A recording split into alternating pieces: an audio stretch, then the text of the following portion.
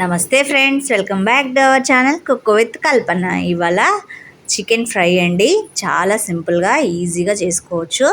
ఎక్కువ మసాలాలు కూడా వాడకుండా ఎలా చేయాలో ఒకసారి చూద్దాము. ముందుగా ఒక అరకిలో చికెన్ కడిగి పెట్టుకోవాలి. అలాగే ఒక 2 ఉల్లిగడ్డలు, ఒక 2 పచ్చిమిర్చి కట్ చేసి పెట్టుకోవాలి. చికెన్ మాత్రం శుభ్రంగా కడిగి పెట్టుకోండి. తర్వాత ఒక గిన్నె తీసుకొని కొంచెం ఆయిల్ వేసుకోండి.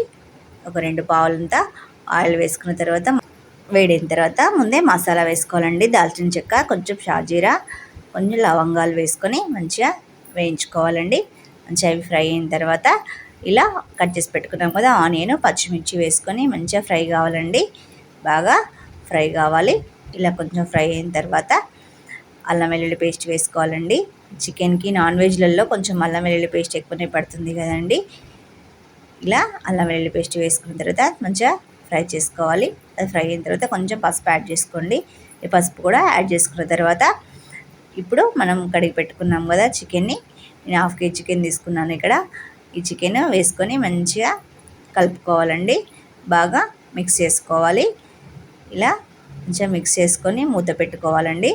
మూత పెట్టుకొని మంచిగా ఫ్రై చేయాలి. దీంట్లో వాటర్ ఇట్లా ఏం వేయొద్దండి, దీంట్లోనే ఉడికిపోతుంది. చికెన్ ఫ్రై కదా, ఇది చాలా ఈజీగా కూడా అయిపోతుంది ఈ కర్రీ. ఇలా మంచిగా ఫ్రై చేసుకొని మూత పెట్టుకోవాలండి. ఇలా మూత పెట్టుకొని అప్పుడప్పుడు తీస్తూ మంచిగా కలుపుకుంటూ ఉడికించుకోవాలి. చూడండి, కాసేపు అయిన తర్వాత ఇలా మొత్తం వాటర్ అంతా బయటకు వస్తుంది కదా. ఇలా ముందే కారం ఇట్లా ఏం వేయొద్దండి, మాడిపోతుంది. మంచిగా ఫ్రై అయ్యి మొత్తం ఆయిల్ మొత్తం పైకి వచ్చిన తర్వాతనే కారం కానీ మసాలాలు కానీ ఏమైనా యాడ్ చేసుకోవాలంటే ఇప్పుడు మొత్తం బాగా ఫ్రై అయిన తర్వాతనే యాడ్ చేసుకోవాలి. చూడండి, ఇలా మొత్తం ఫ్రై అయిన తర్వాత ఇప్పుడు కొంచెం పచ్చి ధనియాల పిండి అండి. ఇంకా నేను ఏం మసాలాలు ఏం వేయను. ఈ పచ్చి ధనియాల పిండి, ఇంకా కారం అండి, తగినంత కారము. ఒక 2-3 టేబుల్ స్పూన్ల కారం పడుతుంది. నాన్ వెజ్కి కారం కారంగా ఉంటేనే బాగుంటుందండి. స్పైసీగా ఉంటేనే టేస్ట్ బాగా వస్తుంది. ఇలా మంచిగా కారం వేసుకొని మంచిగా మిక్స్ చేసుకోవాలండి. ఇంకా ఒక పచ్చి ధనియాల పిండి సరిపోతుందండి. మసాలాలు ఏం అవసరం లేదు. ఆల్రెడీ మనం మసాలాలు పోపుకేసాం కదా, అదే సరిపోతుందండి. ఇలా మంచిగా కలుపుకొని మళ్ళీ మూత పెట్టుకొని మంచిగా ఫ్రై కానివ్వాలండి. ఇట్లా ఆయిల్ పైకి వచ్చేంతవరకు ఫ్రై కావాలి.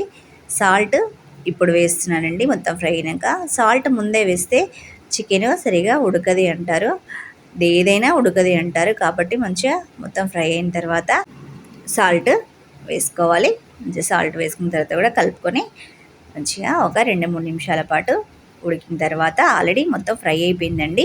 లాస్ట్లో కొంచెం కొత్తిమీర యాడ్ చేసుకొని ఇది కూడా ఒకసారి మిక్స్ చేసుకొని ఒక 5-6 నిమిషాల పాటు స్టవ్ మీద ఉంచుకుంటే సరిపోతుందండి.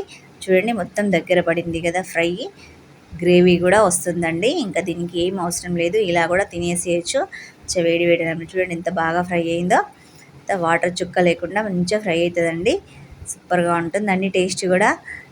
మీరు కూడా ట్రై చేయండి. నా వీడియో కనుక మీకు నచ్చినట్లయితే లైక్ చేయండి, షేర్ చేయండి, ఇంకా సబ్స్క్రైబ్ చేయండి, అలాగే కామెంట్ కూడా చేయండి.